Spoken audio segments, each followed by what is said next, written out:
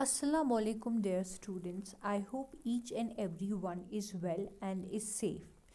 Dear children, today we shall begin our new chapter, the plateau and the desert regions of the India. As you are aware, in our previous lectures, we have studied about the physical divisions of India, and in the previous chapter, we studied about the northern mountain range. Basically, we studied about Himalayas and the northern plains, which are the most fertile part of India. In today's lecture, we shall try to understand the other physical divisions of India which are important, like the plateau region and the desert region. So, dear children, सबसे पहले हम plateau region के बारे में पढ़ेंगे। अगर आपको याद होगा, जब हमने डिफरेंट लैंड फॉर्म्स पढ़े थे, जब हमने माउंटेन्स, हिल्स, प्लेन्स और प्लेट्यूज पढ़ा था, वहाँ पे हमने प्लेट्यू बेसिकली बताया था कि वो भी माउंटेन और हिल की ही तरह एक एलिवेटेड लैंड होता है। लेकिन जैसे माउंटेन का जो टॉप पोर्शन होता है वो पीक्ड होता है, जो प्लेट्यू है उसका जो टॉप पोर्शन है वो फ्लैट होता है, एंड इसकी वजह से प्लेट्यू को टेबल लैंड भी बोलते हैं। हमने एक एग्जांपल दी थी कि जो हमारे घर में अगर कोई टेबल होगा, नो डाउट वो फ्लोर से काफ़ी ज़्यादा ऊपर होता है, लेकिन जैसे उसका सरफेस फ्लैट होता है वैसे ही एक प्लेट्यू का भी होता है। अब इंडिया में काफ़ी रीजन्स है, काफ़ी एरियाज़ है जो प्लेट्यूज से कवर है, एंड उस रीजन को प्लेट्यू रीजन बोलते हैं। नाउ डेयर चिल्ड्रन, जैसे हमने पहले लेक्चर में पढ़ा था कि जो नॉर्दर्न माउंटेन्स है, जिसमें हमने हिमालयाज़ पढ़ा था, हमने पढ़ा था कि वो इंडिया के नॉर्थ में है, एंड नॉर्दर्न माउंटेन्स के साउथ में जो आता था वो नॉर्दर्न प्लेन्स है। और अगर हम जो प्लेट्यू रीजन पढ़ने जा रहे हैं, it comes to the south of northern plains. जो आपको याद होगा, जो पिछला लेक्चर हमने पढ़ा था अबाउट द नॉर्दर्न प्लेन्स, जिसमें हमने क्या बताया था, it is the most fertile part of the India, क्योंकि हिमालय से रिवर्स आते हैं एंड वो इनको इरिगेट करती है, जिसमें हमें Ganga basin, Sutlej basin and Brahmaputra basin पड़ा था। तो जो नॉर्दर्न प्लेन के साउथ में जो एरिया पड़ता है इंडिया का, उसको प्लेट्यू रीजन बोला जाता है। And it is important for us to remember that it extends from the south of the northern plains to the southern tip of the India. जैसे आप इस मैप में देख सकते हैं, बिल्कुल जो नॉर्दर्न प्लेन्स के साउथ से स्टार्ट होकर जो इंडिया का टिप है यहाँ बॉटम तक जो है एक्सटेंड होता है। We have to keep these things in mind. Now dear children, जो हमारा ये प्लेट्यू रीजन है जो हम पढ़ रहे हैं, आगे जो हम पढ़ेंगे कि किस किस स्टेट से होके गुजरता है, तो इसमें काफ़ी ज़्यादा हिल रेंजेस भी आती है।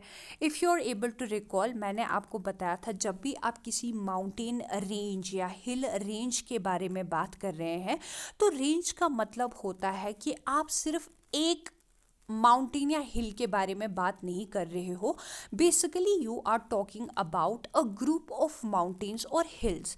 सो सिमिलरली जो अब ये प्लेट्यू रीजन है, जो कहाँ से स्टार्ट होता है, एक्सटेंड होता है from the south of the northern plains to the tip of India, बिल्कुल जो इंडिया का बॉटम है, इंडिया की टिप तक एक्सटेंड होता है, वहाँ पे भी काफ़ी ज़्यादा माउंटेन हिल्स है। लेट्स माउंटेन सॉरी जो हिल रेंजेस है वो काफ़ी ज़्यादा है। Let's have a look. तो सबसे पहले अगर आप यहाँ पे देखेंगे, जो अरावली रेंज है वो इंडिया के नॉर्थ वेस्ट डायरेक्शन में है। Then if we move to the north east direction, जो है राजमहल हिल्स है। इन ठीक है, राजमहल हिल्स जो है वो नॉर्थ ईस्ट में आते हैं। जब आपको याद होगा जब हम डायरेक्शंस के बारे में पढ़ते हैं, there are 4 main directions, north, east, south and west, and 4 और सब डायरेक्शंस है जो इन मेन डायरेक्शंस के बीच में आते हैं, जैसे कि north east, north west, south west. So जो माउंटेन रेंज है, जो हिल रेंज है, जो इस प्लेट्यू रीजन में आता है, जैसे कि अरावली हिल्स आप यहाँ देख सकते हैं। अरावली रेंज जो है वो नॉर्थ वेस्ट पार्ट में आता है इंडिया के, एंड जो राजमहल हिल्स है वो ईस्ट पार्ट में आता है, north east part of India में आता है। And dear children, you have to keep in mind कि ये सब हिल रेंजेस जो है, जो प्लेट्यू रीजन हम बेसिकली पढ़ रहे हैं, उसमें आते हैं।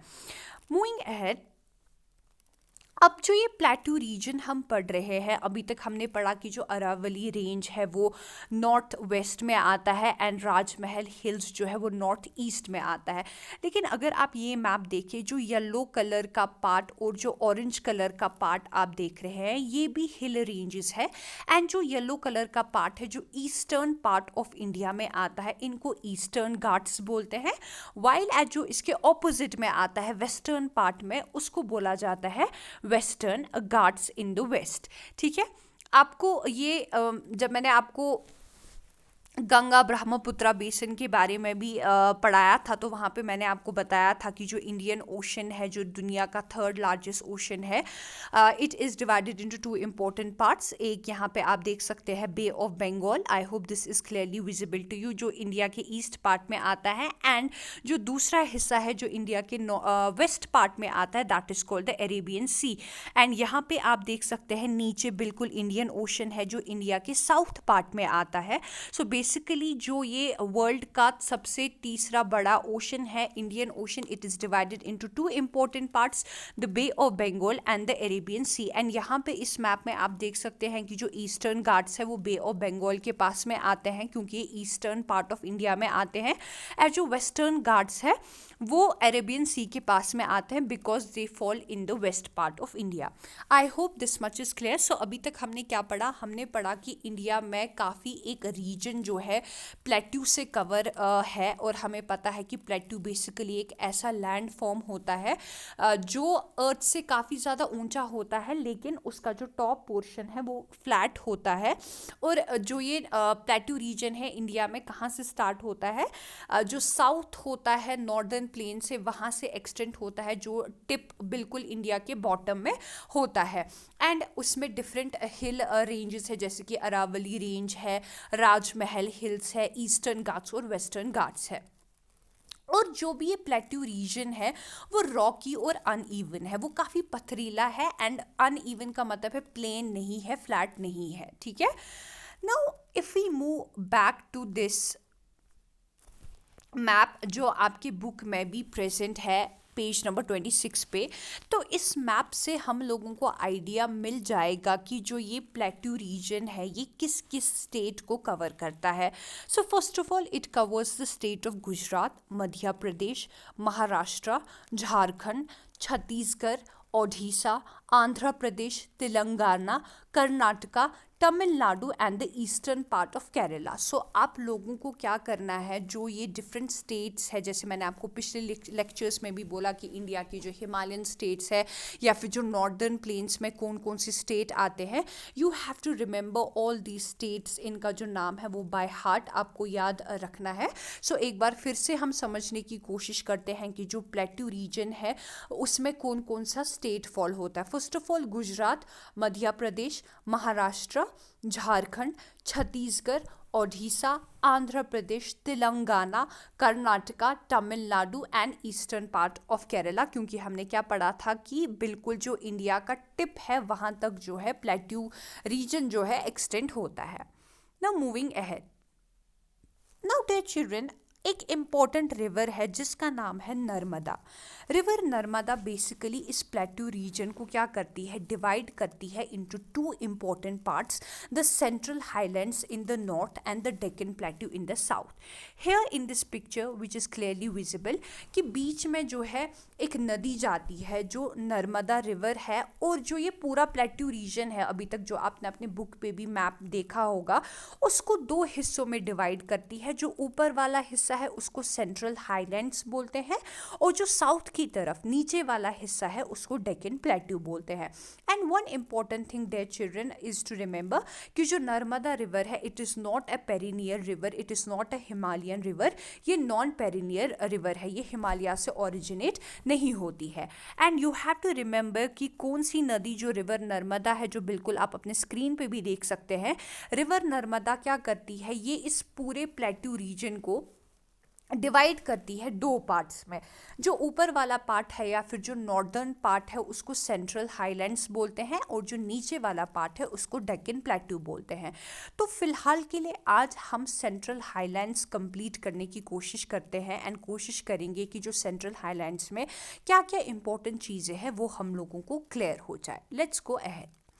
नाउ डियर चिल्ड्रन, जो सबसे इम्पॉर्टेंट चीज़ है सेंट्रल हाईलैंड्स में, आप यहाँ देख सकते हैं कि जो ये येलो कलर से सर्कल किए गए हैं दो important places, Malwa plateau in the central India and Chota Nagpur plateau in the east. So जो सेंट्रल हाईलैंड्स है, अब जो इस पूरे प्लेट्यू रीजन का जो नॉर्दर्न पार्ट है, ठीक है, जिसको हम, या अपर पार्ट है जिसको सेंट्रल हाईलैंड्स बोलते हैं, उसमें दो इम्पॉर्टेंट एरियाज जो है वो काफ़ी ज़्यादा इंपॉर्टेंट है। अगर हम इंडिया के सेंटर की बात करेंगे वो मालवा प्लेट्यू है, और अगर ईस्ट साइड में बात करेंगे छोटा नागपुर प्लेट्यू है। You have to remember this, it is very important.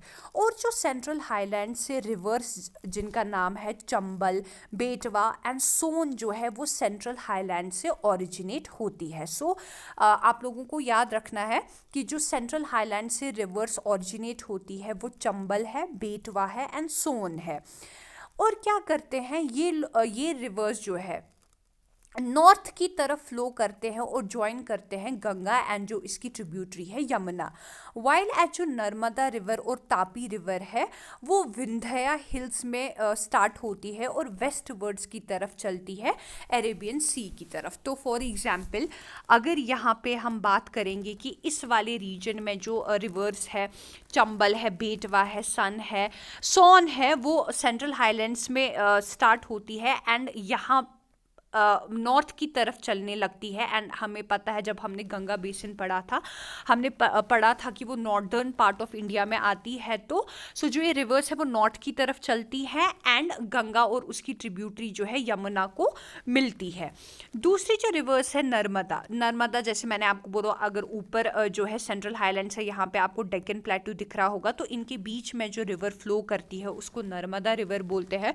Narmada और तापी रिवर जो है वो वेस्ट वर्ड की तरफ चलती है, वेस्ट वर्ड की तरफ है, अरेबियन सी की तरफ चलती है। जैसे मैंने अभी आपको इस मैप में दिखाया, एक बार फिर से हम देख लेते हैं कि जो ईस्टर्न साइड में इंडिया के वाटर बॉडी आती है that is known as bay of Bengal, and जो वेस्टर्न साइड में आती है वो अरेबियन सी है।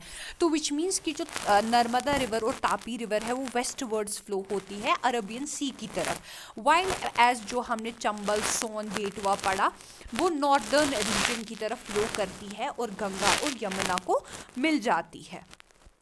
I hope this much is clear to you.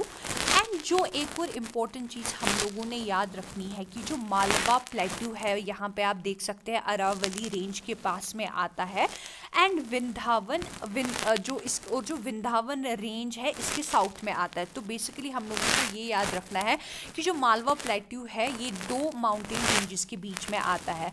जो अरावली रेंज है वो मालवा प्लेट्यू के नॉर्थ में आती है, और जो विंध्या रेंज है वो मालवा प्लेट्यू के साउथ में आता है। और जो मालवा प्लेट्यू है, आपने डिफरेंट टाइप्स ऑफ सॉइल्स पढ़ा होगा। जो ब्लैक सॉइल है वहाँ पे मालवा प्लेट्यू में काफ़ी ज़्यादा अबंडेंस में ब्लैक सॉइल अवेलेबल है, and you have to remember that कि जो ब्लैक सॉइल है it is very ideal for the cultivation of cotton and oil seeds. जो कॉटन है, अगर आपको पता होगा महाराष्ट्र में या गुजरात में काफ़ी ज़्यादा क्वान्टिटी में उगता है, या ऑयल सीड्स जो है वो भी गुजरात या फिर अगर हम देखेंगे कर्नाटका एट्सेट्रा में काफ़ी ज़्यादा उगते हैं। एंड ये सब आपको पता है कि डेक्कन जो प्लेट्यू रीजन है उसमें आते हैं, और मालवा प्लेट्यू में स्पेशली, क्योंकि जो है एक्सक्लूडिंग कर्नाटका क्योंकि वो साउथ में आता है, सो मालवा प्लेट्यू के पास जो महाराष्ट्र है, गुजरात है, तो इन एरियाज़ में क्या होता है, एक तो सबसे ज़्यादा कॉटन उगता है और ऑयल सीड्स उगते हैं क्योंकि वहाँ पे जो ब्लैक सॉइल है वो अवेलेबल है। अगर अब हम ईस्ट की तरफ चले, जो छोटा नागपुर प्लेट्यू है, जो छोटा नागपुर प्लेट्यू है it is rich in the deposits of coal, iron ore, magnesia, bauxite, mica and other mineral. जो कुछ इंपॉर्टेंट मिनरल्स है जैसे कि बॉक्साइट, माइका एंड जो कोल है और आयरन ओर है वो छोटा नागपुर प्लेट्यू में अबेंडेंस में मिलता है। एंड अभी तक हम लोगों ने ये समझा कि जो हम पढ़ रहे हैं ये Malwa plateau and Chota Nagpur plateau ये सेंट्रल हाईलैंड्स में आता है, और क्या पढ़ा कि जो नर्मदा रिवर है वो पूरे प्लेट्यू रीजन को डिवाइड करती है दो हिस्सों में, सेंट्रल हाईलैंड्स और डेक्कन प्लेट्यू। एंड फिलहाल के लिए हमने क्या पढ़ा कि जो सेंट्रल हाईलैंड्स में दो इम्पॉर्टेंट जगहें आती है, मालवा प्लेट्यू और छोटा Nagpur plateau. I hope that children जो आज का लेक्चर है आप लोगों को समझ में आया हो। Inshallah, in the next lecture, we shall study the other part of the plateau region, the Deccan Plateau, and also the rivers जो इस plateau region में आते हैं, and also we'll try to understand कि जो plateau region है वो India के लिए क्यों important है। Till then, have a great day. Thank you.